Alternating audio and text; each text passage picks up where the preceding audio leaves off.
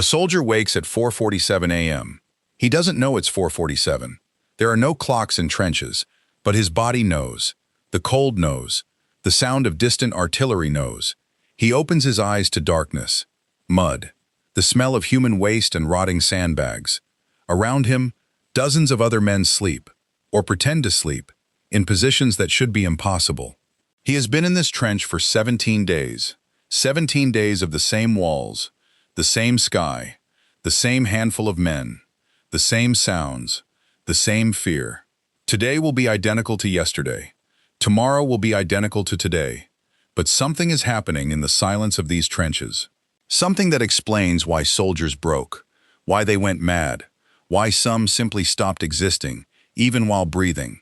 Today, we're going to explore what soldiers actually did during the endless hours between patrols, between artillery, between death. The answer will disturb you. Reason 15. Constant vigilance and threat assessment. Is this the moment? A soldier in a trench is never truly at rest, even while sleeping, which is a generous term for the fragmented unconsciousness soldiers experienced. Part of his brain remained active, scanning, listening, evaluating threats. This is called hypervigilance, and it's the psychological foundation of trench warfare. Every sound required assessment. Was that a shell? A sniper? The enemy advancing? Or just wind? The human nervous system can only sustain this level of alertness for so long before it begins to fail. Soldiers would spend hours simply listening, not doing anything, just listening. Psychologists who studied survivors reported that many couldn't recall specific moments. Just endless assessment, endless threat evaluation. The brain becomes exhausted from constant vigilance in a way that sleep doesn't repair. This exhaustion manifested as what soldiers called trench fatigue or shell shock, what we now recognize as PTSD. But in the moment, soldiers just called it waiting. Waiting for something to happen. Waiting for the next assault. Waiting for their own death. Reason 14. Maintenance and survival logistics. The trench is trying to kill you as much as the enemy. A trench is not a stable environment. It's a slowly collapsing hole in the earth. Water seeps in constantly. The walls erode. Wooden supports rot. The entire structure is in slow-motion collapse. Soldiers spent enormous amounts of time maintaining the infrastructure of their own prison. They had to bail water. In the Somme, soldiers bailed water for hours at a time, some trenches filled with water up to the waist. They had to reinforce collapsing walls with sandbags and wooden supports. This was constant work. Every day, walls that should have held up were failing. They had to dispose of human waste, which accumulated in designated areas that were barely functional. The smell was overwhelming. The disease risk was constant. They had to repair duckboards, wooden paths that kept soldiers' feet marginally above the mud. They had to check and recheck their equipment. Rifles had to be cleaned constantly to prevent rust and malfunction. Gas masks had to be inspected. Ammunition had to be counted and organized. This wasn't purposeful work. It was survival work. The trench itself was an enemy as much as the opposing forces. Reason 13. Food preparation and eating. Meals that cannot be forgotten. The food in trenches was deliberately engineered to be psychologically tolerable, not nutritious. Soldiers ate tinned meat that had been canned years earlier. Biscuits so hard they had to be softened in water or coffee. Jam that was the only source of sugar. Preparing food in a trench was an elaborate ritual that soldiers used to structure their day. Cooking had to happen in specific times and places, usually in the early morning or evening. Fire attracted snipers, so cooking had to be fast and covered. Soldiers would gather to eat together. These moments were among the few times when normal social interaction could happen. But the act of eating in a trench was psychologically complex. The food was often contaminated by mud, by the general filth of the environment. Soldiers ate while being aware that men were dying yards away, men they knew, men they had eaten with the day before. The disconnect between the mundane act of eating and the extraordinary circumstances created a strange psychological dissociation. Some soldiers couldn't eat. Some soldiers ate everything. Some soldiers developed lifelong food aversions from trench experiences. The ritual of eating structured time. It gave soldiers something to anticipate, something to complete. Reason 12. Letter writing and communication with home. Words to people who will never understand. Soldiers wrote letters, constantly. obsessively, to wives, to mothers, to girlfriends, to friends back home.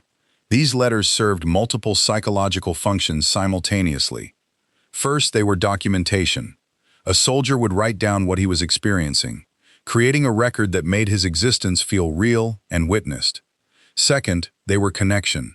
A letter to home was proof that the outside world still existed, that there was a reality beyond the trench. Third, they were lies. Soldiers learned to write letters that told comforting stories rather than truth. They couldn't tell the people they loved what was actually happening.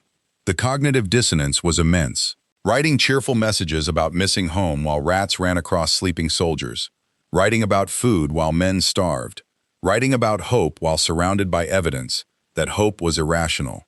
Some soldiers wrote multiple drafts, trying to find words that conveyed truth without destroying the recipient. Many letters were never sent. They were destroyed before the soldier left the trench, deemed too revealing or too damaging.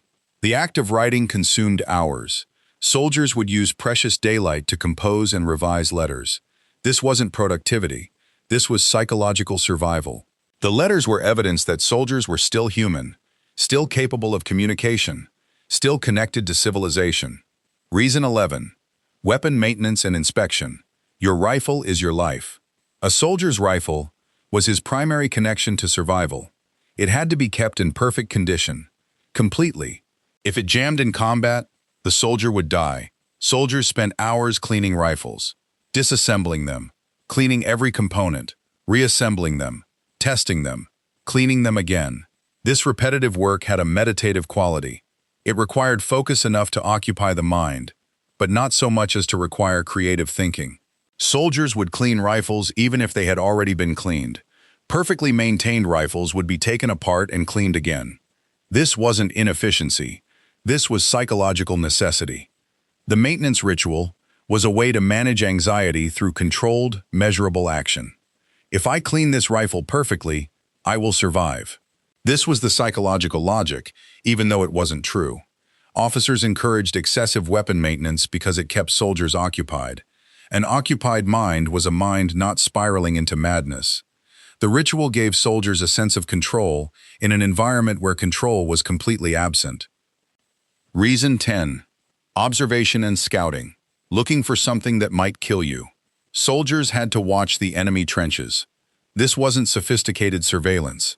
It was simple observation, watching through periscopes or over the top of sandbags, looking for movement, looking for changes, looking for signs of enemy activity. This observation could last for hours. A soldier would position himself and simply watch. The psychological effect was intense. Watching for something that might kill you creates a specific type of alertness. Time becomes distorted. Minutes feel like hours. Hours feel like minutes. Some soldiers reported that watching enemy trenches was among the most psychologically draining activities. You're not doing anything, but you're completely mentally engaged. If you miss something, if the enemy moves and you don't notice, people die. The responsibility was crushing. Reason 9. Gambling and card games. The only way to feel alive. Soldiers gambled obsessively.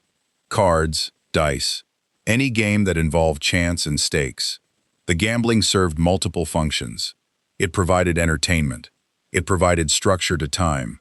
It provided illusion of control.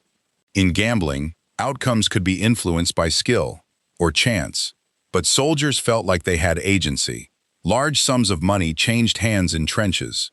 Soldiers would gamble away their entire pay and more.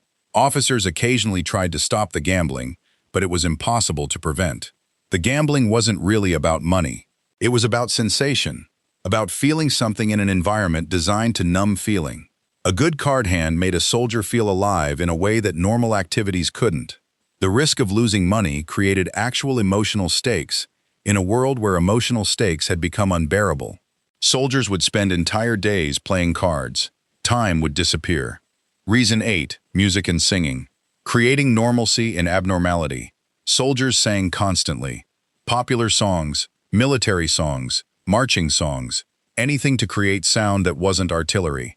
The singing had psychological functions that went beyond entertainment. It was synchronization. Soldiers singing together created a sense of unity, a sense of group identity. It was normality. Singing was what humans did in normal life. Doing it in trenches created brief moments of psychological normalcy. It was noise. The singing filled the silence, which was psychologically intolerable. Some soldiers had musical instruments. Harmonicas especially were common. A soldier with a harmonica became valuable to the unit. The music didn't change the circumstances, but it changed how soldiers experienced the circumstances. A good song could shift the psychological atmosphere of an entire section of trench. Reason 7. Personal hygiene and grooming. Asserting humanity. Trenches were filthy. Mud, disease, waste, death.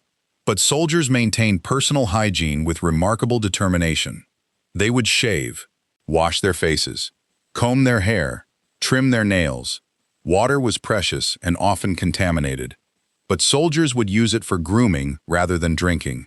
This wasn't rational behavior, but it was psychologically essential. Grooming was an assertion of humanity in an environment designed to strip humanity away. If I still shave, I am still civilized. I am still a human being. I haven't been reduced to an animal.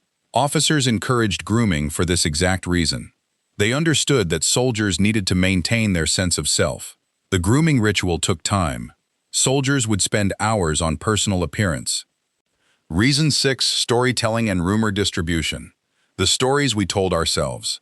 Soldiers told stories obsessively. Stories about their lives before the war. Stories about women they knew. Stories about famous battles. Stories about anything but the present moment. These stories served as temporary escapes. A soldier could listen to a story and for a few minutes exist somewhere else. Rumors spread through trenches like disease. Wild, elaborate rumors. The enemy was retreating.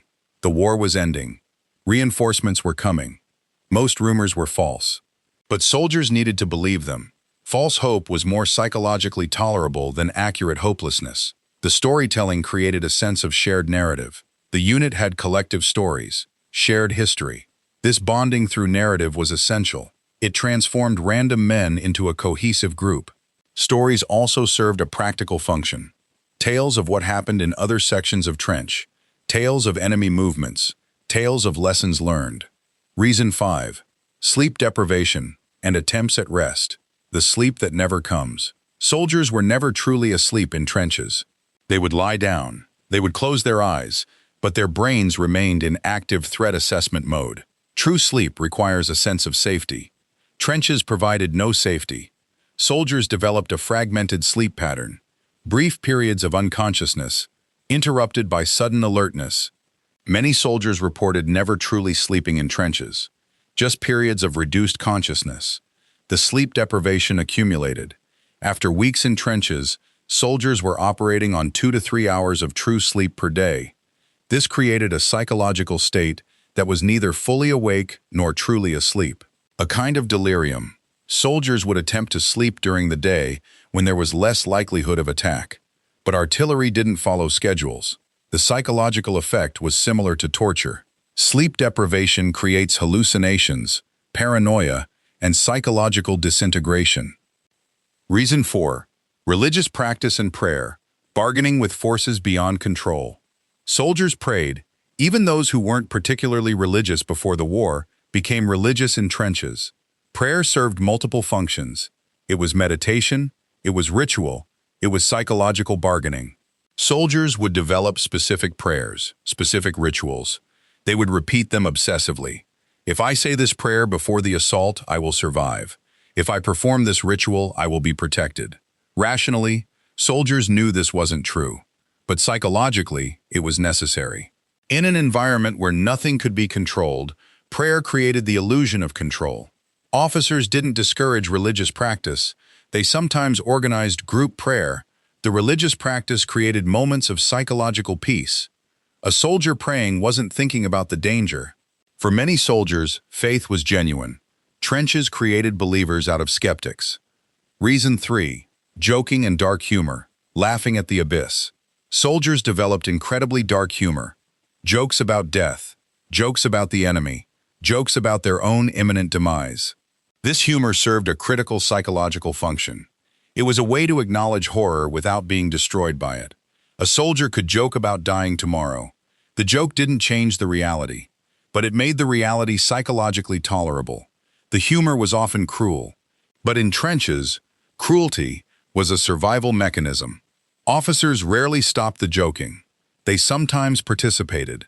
The humor created psychological distance from reality. A dying comrade could be a joke. Horror could be funny. This wasn't cruelty for its own sake. It was psychological self-defense. Reason 2. Physical exercise and training. Moving bodies, distracting minds.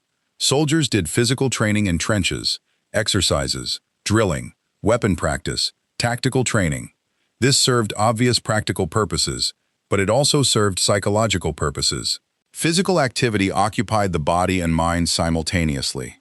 A soldier doing push-ups wasn't thinking about danger. The physical exhaustion provided an escape. After intense exercise, a soldier might actually sleep. Physical training also maintained unit cohesion. Soldiers training together developed group identity. Reason 1. Waiting for orders. The psychological paralysis of uncertainty. The deepest truth about trench life was this. Soldiers spent most of their time waiting for orders. Orders to attack. Orders to move. Orders to stand down. Orders for anything. The waiting was unbearable. The uncertainty was psychological torture. In limbo, suspended between safety and death, soldiers existed in a state of perpetual anxiety. They performed all these activities, maintenance, grooming, gambling, praying, because they needed something to do while waiting for the moment that would define everything. They filled their days because empty days led to spiraling thoughts. Spiraling thoughts led to madness. The routine of daily activities in the trench was psychological survival. Nothing more, nothing less. But it was also testimony to human resilience. In the face of extraordinary horror, soldiers created routines. They created meaning. They created small moments of normalcy. They endured.